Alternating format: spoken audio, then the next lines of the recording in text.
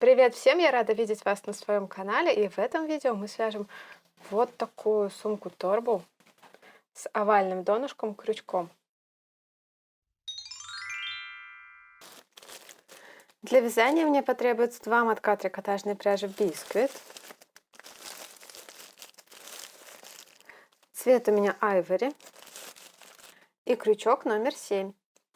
Также для сумки мне потребуется 2 разъемных кольца. Ссылки на пряжу и фурнитуру вы, как всегда, найдете внизу под видео в инфобоксе.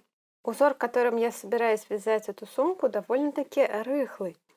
И для того, чтобы сумка хорошо держала форму, во-первых, я использую крючок немного меньшего размера, чем я использую обычно. Чаще всего я вяжу на 8, но эту сумку я буду вязать на 7. Ну и плюс у меня очень хорошая трикотажная пряжа. Это Biscuit, это пряжа с лицевой нарезкой нити. Я думаю, вы уже все это знаете, что изнанку этой пряжи внутри, лицо у нее снаружи.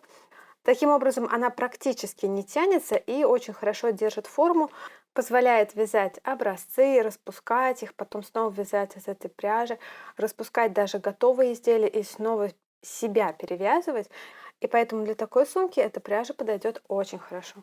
Донышко у этой сумки представляет из себя овал, и поэтому я начну вязание с овала. Набираю крючком номер 7 цепочку из 10 воздушных петель. Первое звено я тоже всегда считаю за звено цепочки. То есть это у меня уже 1, 2, 3.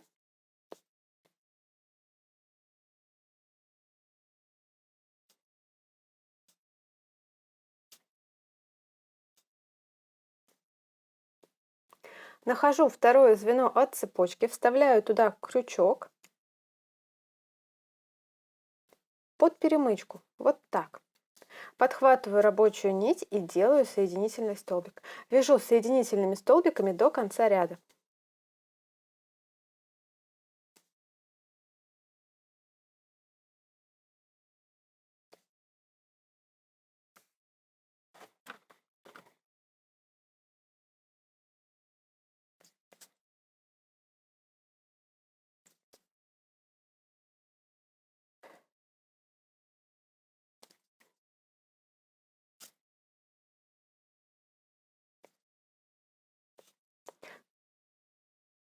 В последнее звено этой цепочки я делаю 3 столбика без накида. Вот так.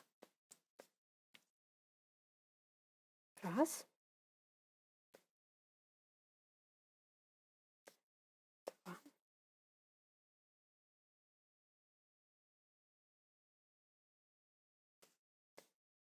3. Это 3 столбика без накида для разворота. Дальше вяжу под обе дужки наборной косички по одному столбику без накида до конца ряда. Всего должно быть 8 столбиков без накида.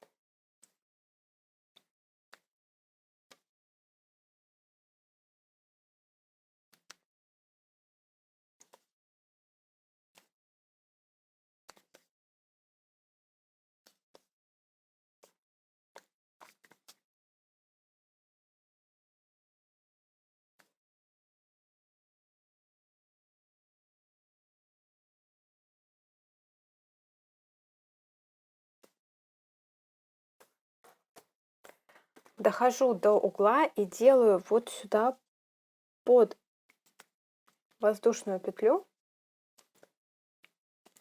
3 столбика без накида.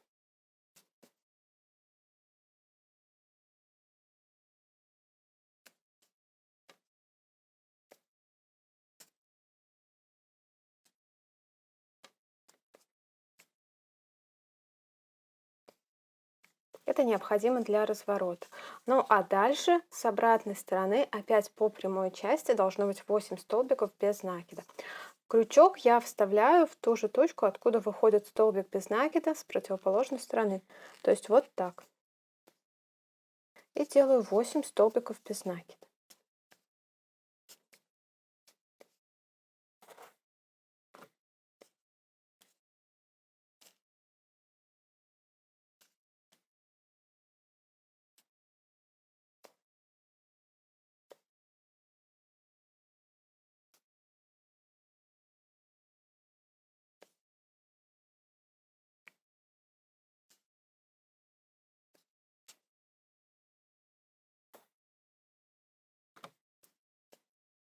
последний столбик. И фактически мой первый ряд закончен. Видите, я пришла в ту точку, где у меня начинается 3 столбика без накида для разворота с этого угла. Так как вязать я буду по спирали, я не делаю опять-таки никаких сцеплений, сразу перехожу на вязание второго ряда. Вязать второй и все последующие ряды я буду за заднюю полукосичку.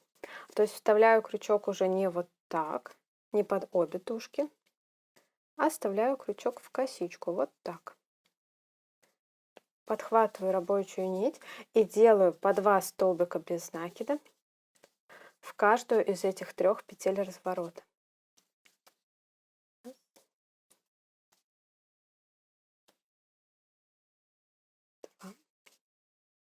Должно получиться 6 петель для разворота, так как разворот в данном случае представляет из себя полукруг, то как раз таки на полукруге получается во втором ряду 6 петель.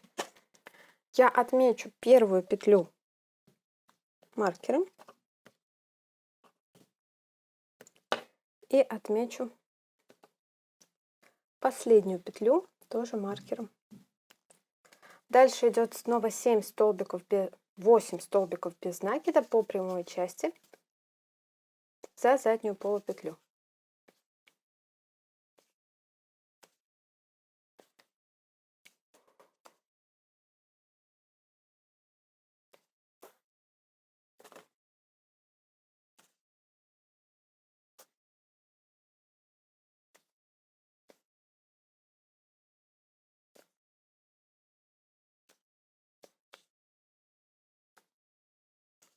И я подошла ко второму развороту, ко второму скруглению. Здесь делаю то же самое.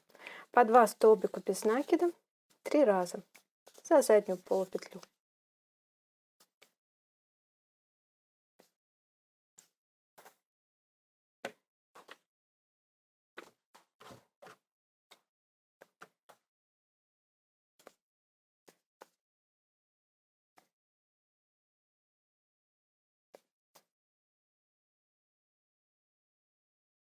И дальше опять 8 столбиков без накида по прямой части. Но я опять воспользуюсь маркерами. И снова маркером отмечу начало скругления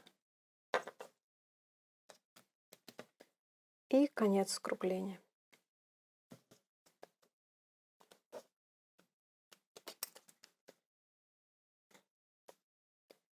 Вяжу 8 столбиков без накида по прямой части за заднюю полупетлю. По одному столбику в каждую петлю предыдущего ряда.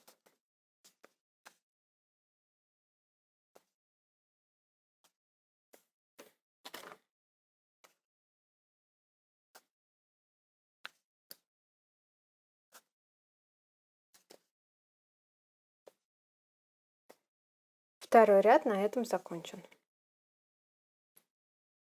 Третий ряд начинается с первого скругления, и оно вяжется по формуле 1 столбик без накида в одну точку, за заднюю полупетлю. Все столбики я буду вязать за заднюю полупетлю, и 2 столбика без накида в другую точку.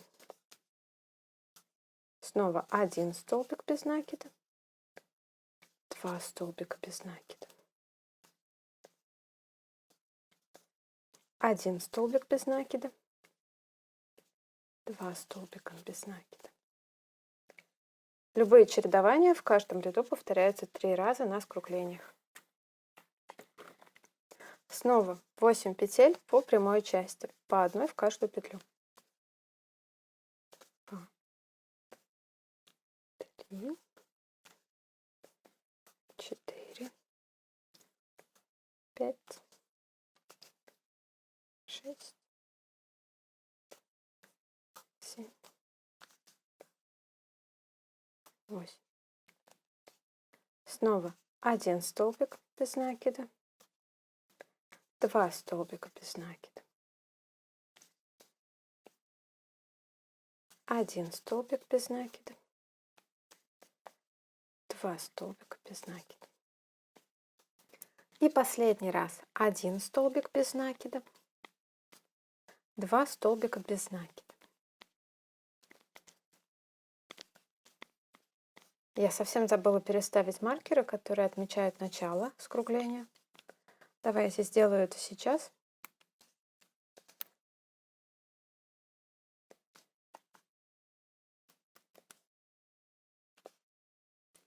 Если вы хорошо ориентируетесь в вязании, то маркеры использовать совершенно не обязательно. Точно так же здесь. Розовый маркер я вешаю на петлю, которая начинает скругление. А оранжевый маркер я вешаю на петлю, которая заканчивает скругление.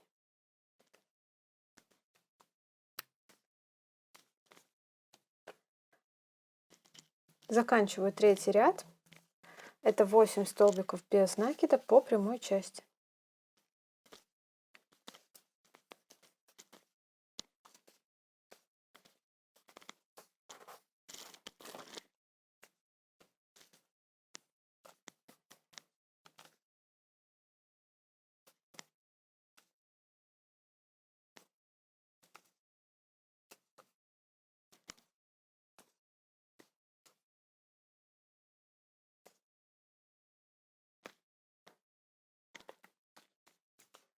Четвертый ряд будет вязаться по формуле 2 столбика без накида в одну точку и по одному столбику без накида в следующие 2 точки.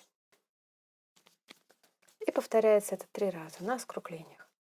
Раз. И в эту же точку второй столбик. И затем по одному столбику 2 раза. Снова. Раз. 2. И по одному столбику 2 раза. Раз. 2.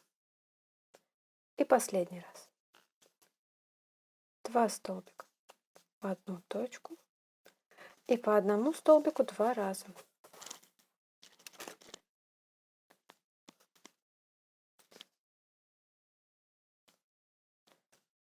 Переставляем маркеры. Розовый я вешаю на начало скругления, а оранжевый я вешаю на его окончание.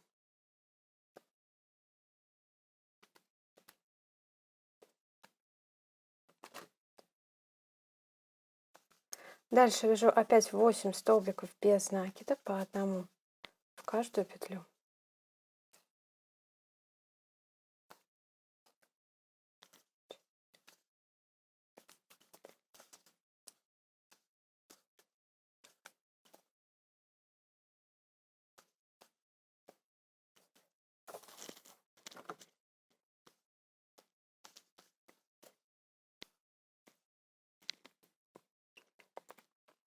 Дошла я до второго скругления и снова делаю 2 столбика без накида в одну точку.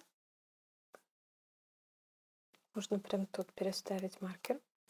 Отметив первый столбик без накида, он начинает скругление. Дальше 2 раза по одному столбику без накида.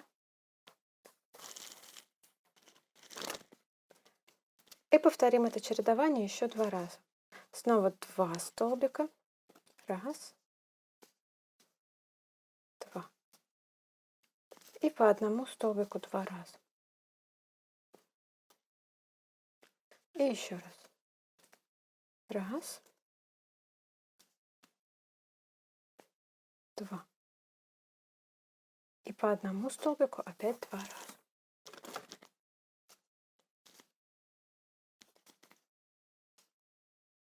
На этом скругление закончено, и снова я передвигаю маркер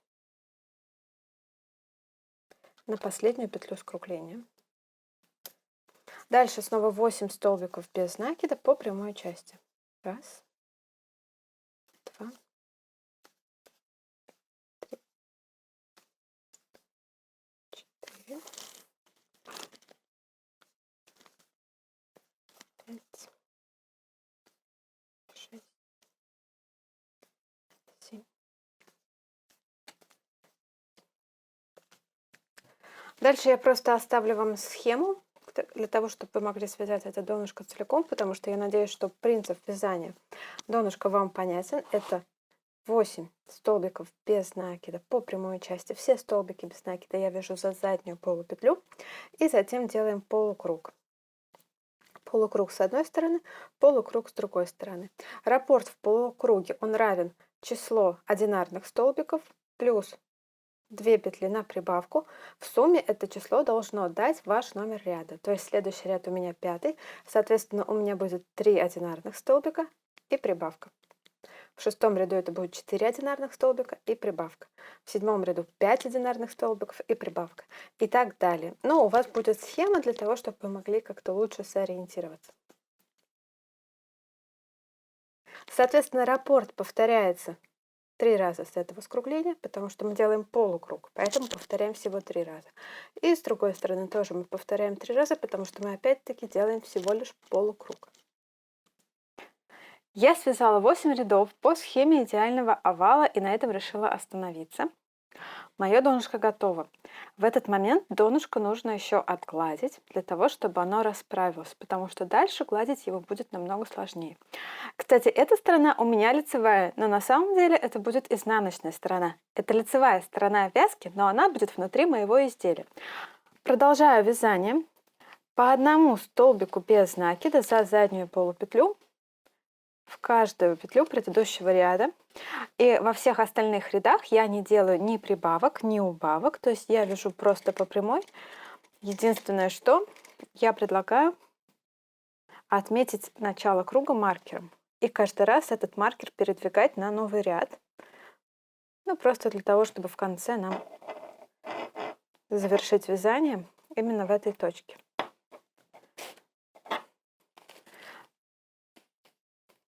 То есть вяжу дальше по одной петле в каждую точку на нужную мне высоту.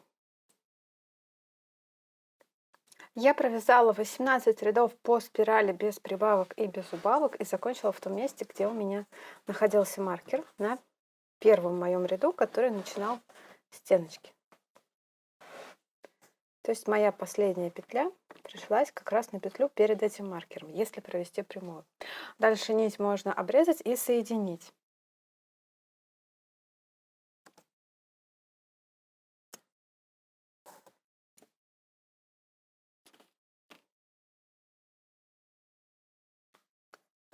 Вставляю крючок под следующую петлю после той, которая у меня является первой не провязанной. Подхватываю хвостик, вывожу его наизнанку и затем завожу крючок в шапочку от последнего столбика без накида. Опять подхватываю хвостик и вывожу его наизнанку. Таким образом у меня получается более-менее ровная ступенька. Как я уже сказала, лицевая сторона вязки, лицевая сторона узора будет у меня внутри. И вот это будет у меня лицевая сторона сумочки. То есть изнанка узора — это лицевая сторона сумочки. Смотрите, это самый обычный узор, который называется столбики без накида с изнаночной стороны. Но когда вы его вяжете за заднюю полупетлю, эти столбики становятся ровно один над другим. Для сравнения у меня есть подвесная корзинка, видео которой тоже есть на моем канале. И видите, она связана столбиками без накида за обе полупетли. Но я думаю, вот здесь по рисунку это видно. То есть у нее изнанка этого узора тоже лежит с лицевой стороны. И я думаю, видно, что в таком случае эти ячейки уходят немного влево. Когда же вы вяжете эти же самые столбики, но только за одну полупетлю, то тогда они становятся одна над другой. Они становятся очень ровными, то есть никуда не уходят. Также эти два узора будут сильно отличаться по своей плотности. Хотя оба они плотные, но вот этот, например, такой более вялый, что ли. То есть он больше похож на вязку спицами. То есть, допустим, платочная вязка спицами, она еще более вялая, еще больше не держит форму.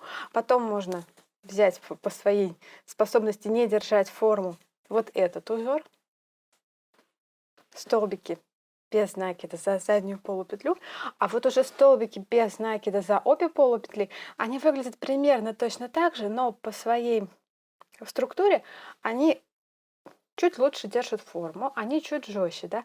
Мне не была нужна такая жесткость, я наоборот хотела добиться большей мягкости в этой сумке, поэтому я выбрала именно узор за заднюю полупетлю. И плюс мне еще нравится, что мои ячейки находятся одна на другой, и что они выстроились в такую ровную линеечку, когда здесь они явно уходят налево. Спрячу хвостик в последнем ряду.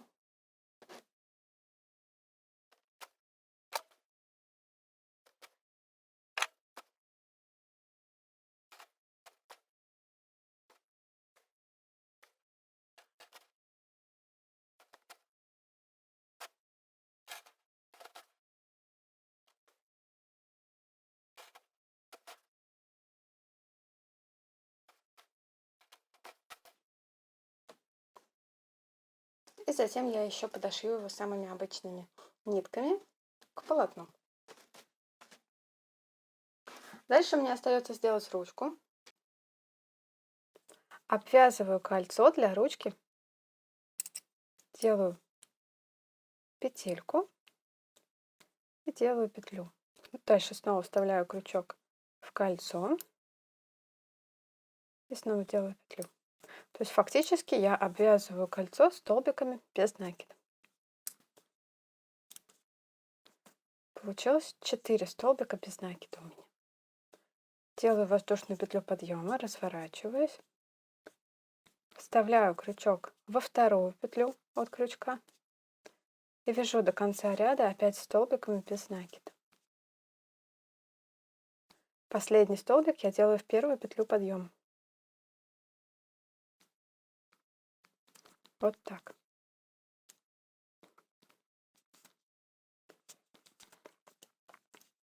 То есть у меня получается 1 петля подъема и 3 столбика без накида. Снова делаю петлю подъема, снова разворачиваюсь и снова делаю 3 столбика без накида. Последний столбик, как всегда, делаю в петлю подъема предыдущего ряда. Таким образом я вяжу ручку на нужную мне высоту.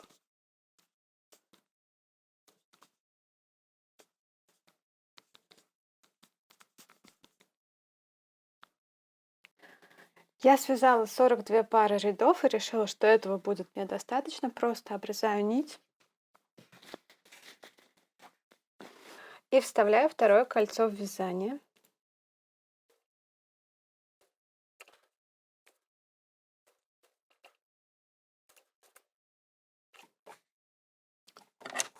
Спрячу кончики с помощью иголки, ну или с помощью крючка, если у вас нет иголки.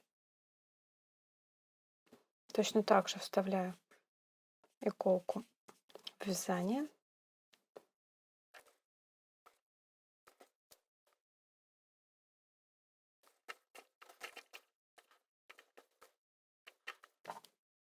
Обрезаю нить и подшиваю ее обычными нитками. Делаю то же самое со второй стороной. Ну и мне остается только вставить кулиску в свою сумку. Как сделать такую кулиску, найдете вот здесь по подсказке, либо внизу под видео в инфобоксе. Размечаю последний ряд сумки маркерами. По прямой части между маркерами у меня 5 петель с каждой стороны. Всего у меня 4 стороны. А в углах у меня получается 9 петель. То есть 9 петель в углах и по 5 петель с прямых сторон. Беру свою кулиску и с помощью крючка я вставляю ее в сумочку. С одной стороны. Крючок ввожу в петлю на ряд ниже, чем та петля, которая обозначена маркером.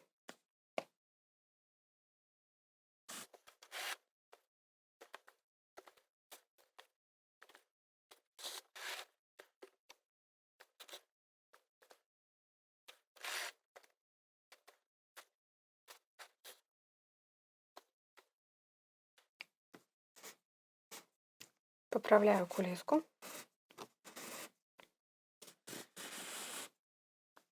Делаю на конце узелочек. Хвостики я потом подстригу, чтобы все было красиво и одинаково. Кулиску я просто буду завязывать на узел, затем на бантик. Ну и устанавливаю ручки. Ручки у меня на разъемных кольцах, поэтому их очень легко установить с каждой из сторон сумочки.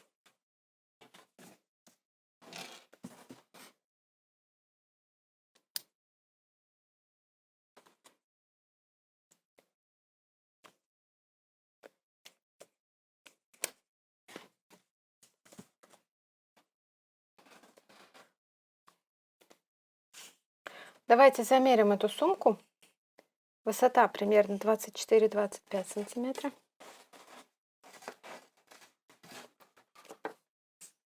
Ширина донышка